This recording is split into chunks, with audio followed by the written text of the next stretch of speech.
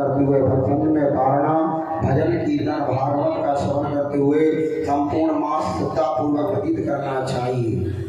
अंत उद्यापन करना अवश्य है। उद्यापन के लिए अधिक मास की अष्टमी, नवमी या चतुर्दशी ये अमावस्या 4 तिथियां मुख्य हैं। इन तिथियों में जिनको जिस तिथि में उद्यापन करना उसी में करें, अपनी इच्छा से उस तिथि में करना चाहिए। उसका विधान इस प्रकार से है। उद्यापन के एक दिन पहले पूजन हवन करने के लिए स्वास्थ्य के कर्मकांडी ब्राह्मण को तथा भोजन के निमित्त अपनी श्रद्धा और शक्ति अनुसार निश्चित संख्या आमंत्रित करना चाहिए। उद्यापन के दिन प्रातः काल उठकर मुख मंजन कर शुद्ध जल से स्नान कर शुद्ध वस्त्र को धारण कर नित्य निमित्त संध्या वंदन कर्म कांटी ब्राह्मण विधान भगवान पुरुषोत्तम का पूजन श्रद्धा पूर्वक करना चाहिए। पूजन के साथ भगवान मंडप तोड़न, ऋतु उत्पन्न फूलमाला, अनेक वस्त्र की ध्वजा पताकाओं स्वजित करना चाहिए। मंडप स्थानों में गोबर से लीपकर गंगा जल गौड़त्री छोको पूरकर उस पर चौंक रखकर नया सफेद बिछाकर चावल आदि धन्य सर्वतो बंडल बनाकर चारों दिशाओं में चारों बीच में प्रधान कलश स्थित करना चाहिए। अपनी शक्ति के अनुसार चांदी, तांबा या पीतल के कलश होना चाहिए। उन कलशों के तीर्थों का अवध गंगा जल अथवा शुद्ध जल भरकर पंचपल सोसरी डालकर वस्त्र लिपाटकर नारियल के फल रखना चाहिए। उन कलशों के कर में सकर्म वासुदेव प्रबोधन अनुरुद्ध का वाहन का ध्यान कर मध्य प्रधान कलश का स्वर्ण की बनाई हुई राधा की सहित भगवान पुरुषोत्तम की मूर्ति को प्राण प्रतिष्ठा कर आद्यपात स्नान कराएं, शपथ करें। चारों कलश में पद आदन करना चाहिए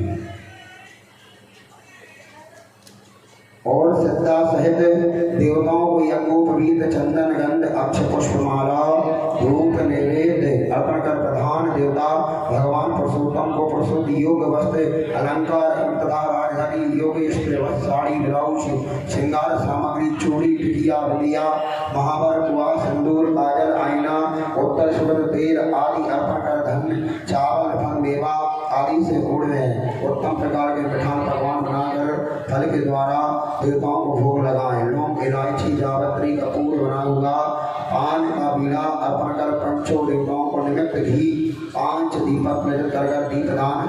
यदि मनुष्य में दिव्य की शक्ति नहीं है तो चारों देवताओं को निमित्त 4 ब्राह्मणों को जप का संकल्प चारों देवताओं को प्रसन्नता लिए जप कराएं। तांबे का पात्र जल भरकर उसमें गंध अक्ष पुष्प डालकर अपनी जगह पर मोड़कर अतः घुटना टेक कर देव देव नमस्तु इस मंत्र के द्वारा देवताओं को अर्घ्य देना चाहिए। श्रद्धापूर्वक देवताओं को नमस्कार कर आचार्य ब्राह्मण का पूजन कर भगवान स्तोत्र का पाठ करना, भागवत पुराण आदि का श्रवण करना चाहिए।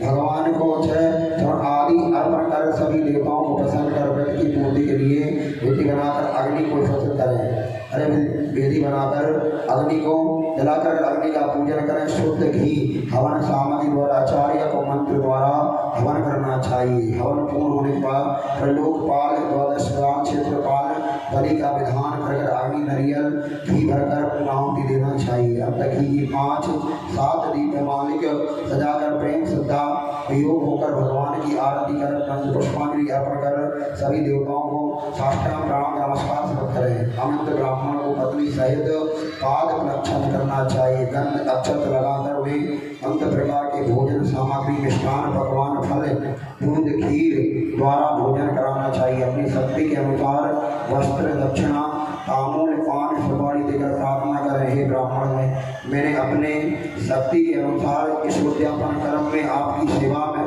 है समझ विद्या इसमें आप प्रसन्न होकर आशीर्वाद दें। हम उद्यापन कर्म परिपूर्ण हुआ है।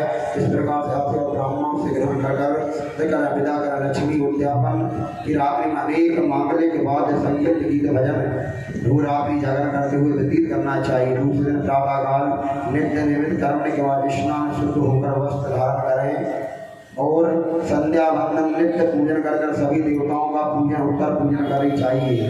नाम मंत्र आचार्य द्वारा हवन कर तर्पण मंजन भगवान की आरती मंत्र पुष्पांजलि अर्पित कर स्वाष्टांग दंडवत नमस्कार हाथ जोड़कर प्रार्थना करें। हे देव पुरुषोत्तम अपनी शक्ति श्रद्धा अनुसार जो नित्य व्रत धारण हुआ यथाशक्ति उद्यापन करने से आपकी कृपा बनी रहे। मेरे मन नित्य आपके सुनता रहे। इष्टावली इस प्रकार से भगवान की प्रार्थना कर अर्घ देवताओं आचार्यों को मंत्र निर्देशन करें। आचार्यों का पूजन कर पूर्ण पात्र का दान भगवान की मूर्ति पूजन के मंडल द्वारा संकल्प पूर्वक आचार्य देते। यदि शक्ति हो तो सिंदूर सुशील पुष्ट शरीर वाली दूध वाली का देने वाली दक्षिण से होगा दान करना चाहिए। आचार्य वस्त्र आभूषण मददान पूर्ण पात्र कर्प आचार्य को शक्ति सुबह भी बिछड़ा हुआ सहते गोदान करना चाचार्य वस्त्र आभूषण पहन जलपत्र जलपात्र छत्र जूता चप्पल आदि का सत्य श्रीमद् भागवत का दान श्रद्धा शक्ति अनुसार लोक त्याग करना। हे लक्ष्मी श्रीमद् भागवत दान का बड़ा ही भारी महत्व है। साक्षात भगवान पुरुषोत्तम का रूप है। दान कहलाता हजारों कन्यादान यज्ञ करने से बड़ा अनाज क्षेत्र द्वारा अनेक तुला दान करने जिस पुण्य की प्राप्ति होती है 1000 गुना पुण्य की प्राप्ति भागवत कथा दान करने वाले से प्राप्ति होती है। काशी के अथवा तामिक इधर पात्र में तीसरा अनुमान द्वारा अनरस रखकर कपड़े में ढांककर जगत संपूर्णता प्राप्त करने के लिए आचार्य को सुंदर पूर्वक दान करना चाहिए। अभुदान अधिक मास में पूर्णता होती है, इसलिए अभुदान अवश्य करना चाहिए। मधुगुआ का साधन होता है। करने से अच्छी सामग्री दान कर ब्राह्मण को भी भगवान का स्वरूप मानकर प्रकार के पाद सामग्री ध्यान प्राप्त करना चाहिए। ब्राह्मण की भगवान स्वरूप में भोजन करा के सुपारी इलायची लेकर प्रोक्त वस्तु का शक्ति दान दे रहे कर्ण मस्जिद से कहकर भगवान हाथ जल दक्षिणा लेकर ब्राह्मण के हाथ में छोड़ रहे। मंत्री ने किया इन्होंने मंत्र द्वारा पुरुषोत्तम भगवान के वचन आकर अच्छा ब्राह्मण को दिखा और स्वयं प्रसाद भोजन कर ग्रहण करें।